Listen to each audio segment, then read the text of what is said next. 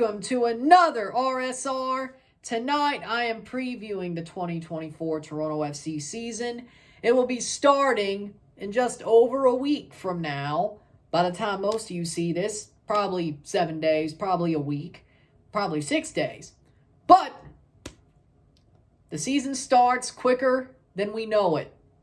This time next week, we'll be facing down T-minus 1 day, T-minus 12 whatever hours. And then we're on to game day, match day 1. It's been a while. But the team is back. They've had some pretty okay preseason matches. I wouldn't say great. I wouldn't say horrible. I think their preseason has been okay from what I could gather and what I've heard and the results. I think preseason has been pretty good under Herdman. I would say okay, the matches, but everything else good. Of course, the preseason results are as follows. A 2-1 win over Nashville in our first match in preseason. Yeah, we beat Nashville. They had 3 matches down. It was our first, and we won. Overall, over 120 minutes. Our best 11 won 2-0, and then they won 1-0 in the second game. But it works. It works. 2-1 win. A 4-2 loss to Columbus Crew. Our best 11 got 2 goals and kept them relatively quiet. Then we lost 4-2 throughout the game after we completely rotated. A 1-1 draw against Real Salt Lake. I don't know what 11 we faced. If it was their best, their worst, a mishmash between their best and Real Monarchs, or whatever. They did, because they were playing a split squad game that day against Columbus as well, and Chicho Rongo was against Columbus. So, I'm not sure what 11 we faced, or what team we faced, or how good of it was, but we still had a 1-1 draw, and then we lost 1-0 just a couple hours ago to LAFC. Own goal by Aime Mabaka, sadly, but we had a lot of chances, I heard, and Bernadeschi hit the post twice. And he scored a couple of goals this preseason. Insigne scored 1. We've had a pretty good group. I think Ayo scored a goal against Columbus. Coelho scored a goal. So that's good as well. But, again, preseason-wise, the results, we've been scoring goals, 5 goals in 4 games, which is better than what we did last year. I'm sure if I counted 4 games, we didn't score 5 goals in 4 games that much, if not any times. So, again, that is a plus. If you think of it like that, it's a plus. And we're not getting curb stomped, which is something, I guess. We could turn some losses into draws and some draws into wins, and, exactly. It works. And I think that's possible here.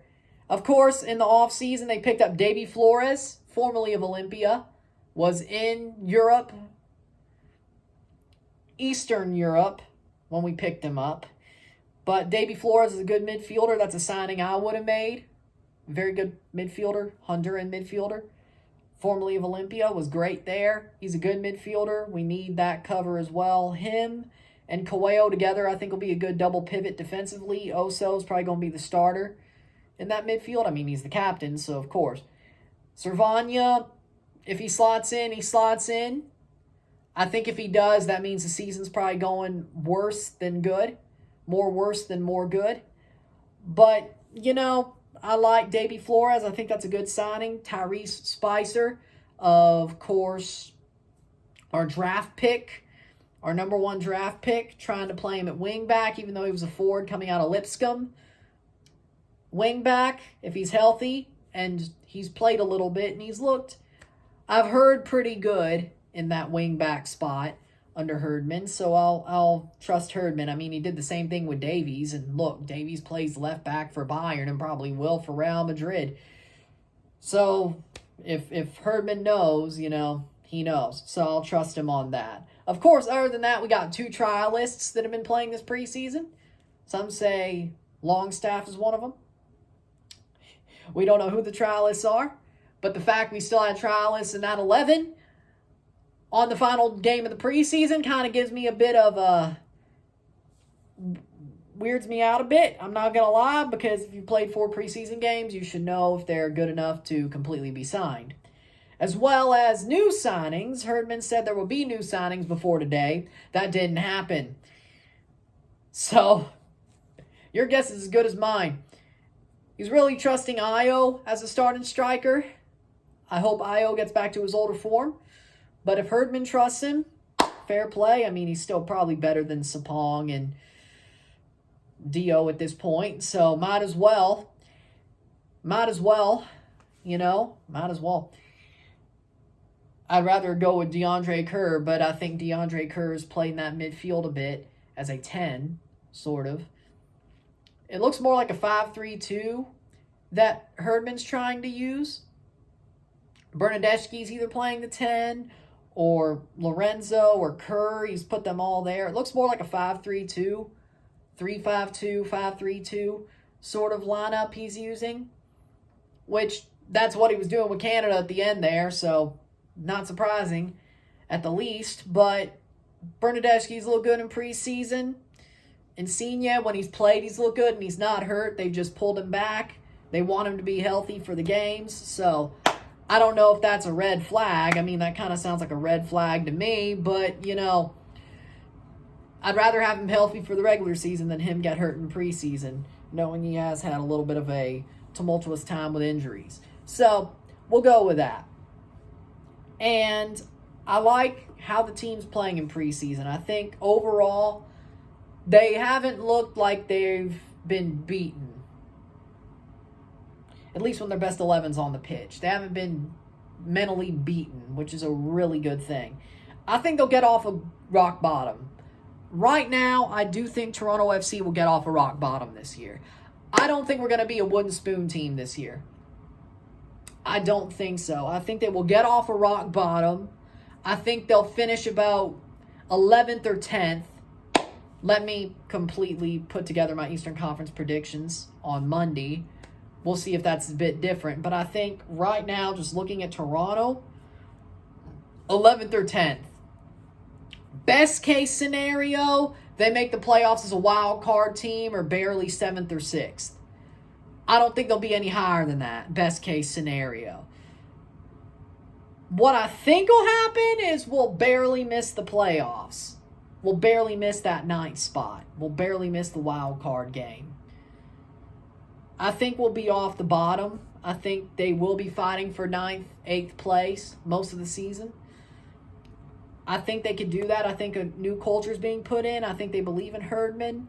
I like what Herdman's saying. I do. I think if anybody's going to make this team look better than worst in the league, it's John Herdman. And so far, it looks like John Herdman's is doing his job. At least for this year, he's doing his job. I believe in John Herdman. He took a Canada team who they thought would never make a World Cup ever since '86, and he took them to a World Cup. Got them their first ever World Cup goal. John Herdman is the man to do impossible things. So they may finish higher than even what I think. Would it shock me? No, not really. With knowing what John Herdman can do. Getting them running through walls. If they're running through walls, it can happen. And it wouldn't completely shock me. The question is do they run through walls? If they start running through walls, it's like, okay, you know what? Yeah, I'm not surprised they finished 5th or 4th in the East. I mean, the East, they could shock people. The East does not look that good in my eyes. Like, the East is crap. Besides Columbus and Cincinnati and Atlanta, depending on how long Almada's there, I'm not saying Miami. I think they're going to be like Toronto last year. All that hype after a really good second half of the season, or at least a really good run in the second half of the season, then they fall off. Miami is going to be Toronto of 2023. They're going to bottom out, legitimately. Like, they are going to bottom out. They are going to disappoint heavily. You know how we did last year? That's Miami this year. We will be above Miami. Montreal, I think we'll be above Montreal. I think we'll be above DC. Chicago, in the end, I think on paper we still have more talent. The East is crap. The East is crap, okay? The East is just crap. We could finish top 5 or top 4 if everything goes, absolutely everything goes right, which you know what we kind of deserve considering, you know, the past 3 years, nothing has went right. If all the bounces go our way, I think we have a freaking bank of them to bounce for us. If all the bounces go our way, we could finish top 4. The East is crap. The Revs, honestly to me, crap. We could finish top 4 if everything goes our way. Philly, that might be a problem. But I could see our, on talent, on paper, our talent finishing above them. Especially if they hit a snag like they did last year. Philly, Columbus, Cincinnati, Atlanta, those are the only ones I'm really afraid of. Miami, not now. No, not after that humiliation tour they went on. I'm not afraid of Chicago. They are building something, I think. We do have talent on paper, though. The problem is it's never performed off the paper. But we have talent on paper. That's what made last year hurt so bad. On paper, we still have talent. And it looks like Herdman might squeeze it out of them. Chicago may start picking up talent, but they're not on paper as good as we are. Maybe Frank Klopas is the guy, though, as I've said before. Montreal, they've picked up some players, but let's be honest, they'll find a way to screw it up, as always. We'll be above them. Miami is going to be what we were last year, I think, personally. And there you go. In my opinion, Toronto, I don't think they'll finish top 4. I'm just saying if every bounce goes our way, we can. That's not happening, but it's a very slim possibility that wouldn't really shock me if it did. More likely, the more likely possibility that's still crazy is like 5th, 6th, or 7th. Making the wild card is probably the most realistic ceiling for this team. Maybe 7th. Missing the playoffs, but barely, is probably exactly where they want to be, expectations-wise. At least for most people. I don't think we'll be on the bottom. I said this last year, but I legitimately don't think they're going to be rock bottom. I just don't see how. On paper, and with Herdman, I don't see how we're rock bottom again. I don't. They could surprise me, you know.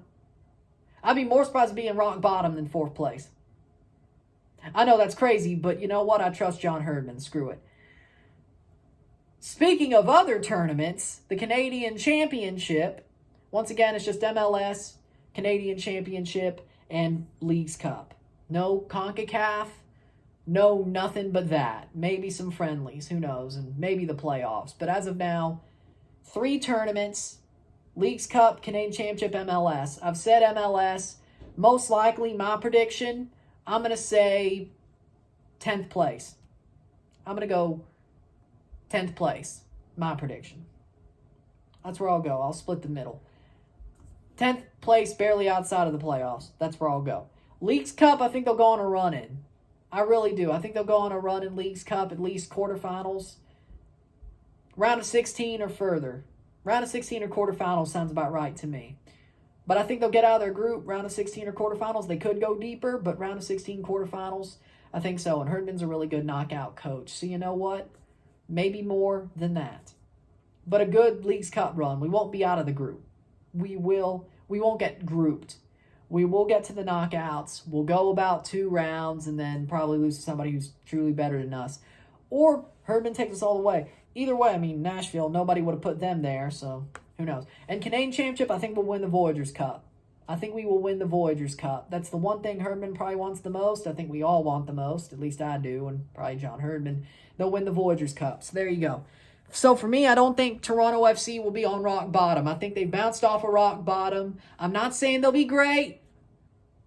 I mean, even 4th place isn't great, but I think Toronto will be 10th place, in the league. They'll barely miss the wild card. They'll have a good Leagues Cup run, at least to the round of 16 or quarterfinals, and they'll win the Voyagers Cup. So they will be in CCL Champions Cup in 2025. So with that being said, there's my prediction. That's what I think. My honest to God's truth. And honest, what else could happen, you know? Like, it wouldn't shock me if they were higher or right. But I don't think we're on rock bottom. That's the good news. Bad news is I still think we may miss the playoffs. But this year will be definitely more fun than last year. I have a feeling. But I think we'll be anchored down by a certain Bill Manning. And by some injuries, probably. I don't think everything will go our way, but I don't think nothing will go our way. I think there will be a good amount that does go our way. It just probably won't be enough to get us to the playoffs.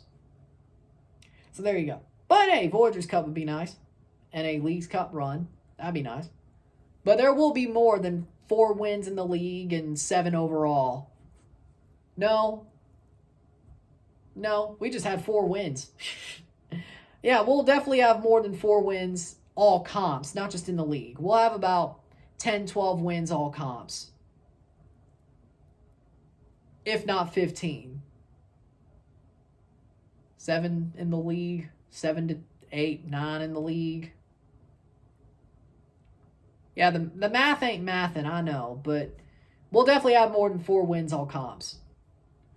And I think some of those losses will turn into draws too. So you know what? There you go. If you like this video, like it, share, subscribe. You know what it is. Tell your friends. Hit that like button. Hit that subscribe button. Hit that bell notification once subscribe. Send super chats on the live streams. Comment on this video. Put us in playlist. Share with friends and family. All that great stuff. I will see you tomorrow for my MLS jersey ranking for 2024. MLS kit ranking for 2024. I'll be live for that. I'll have the PowerPoint up. And I'll be speaking through my phone. The PowerPoint's up on the computer, on StreamYard. You know how this works, like last year. So, I'm making the PowerPoint. I made most of the PowerPoint before I've recorded this. And then I'll add the transitions and stuff as this is uploading. And I should have the live up for tomorrow at about 8. We'll go 8 Central, I think. That sounds smart. But I'll be live tomorrow for my kit ranking. And then, of course, on Monday, the MLS predictions, the table predictions. And then Tuesday through Thursday, we got Champions Cup Part 2, Round 1, Part 2, Leg 1. And there you go. Then, of course, MLS is back. Of course, Miami on Wednesday will cover as well. But the MLS weekend, of course, on Saturday and Sunday. And there you go. So, there you go. Be here before you know it. I'm Ron and I'm out. Peace. See you later.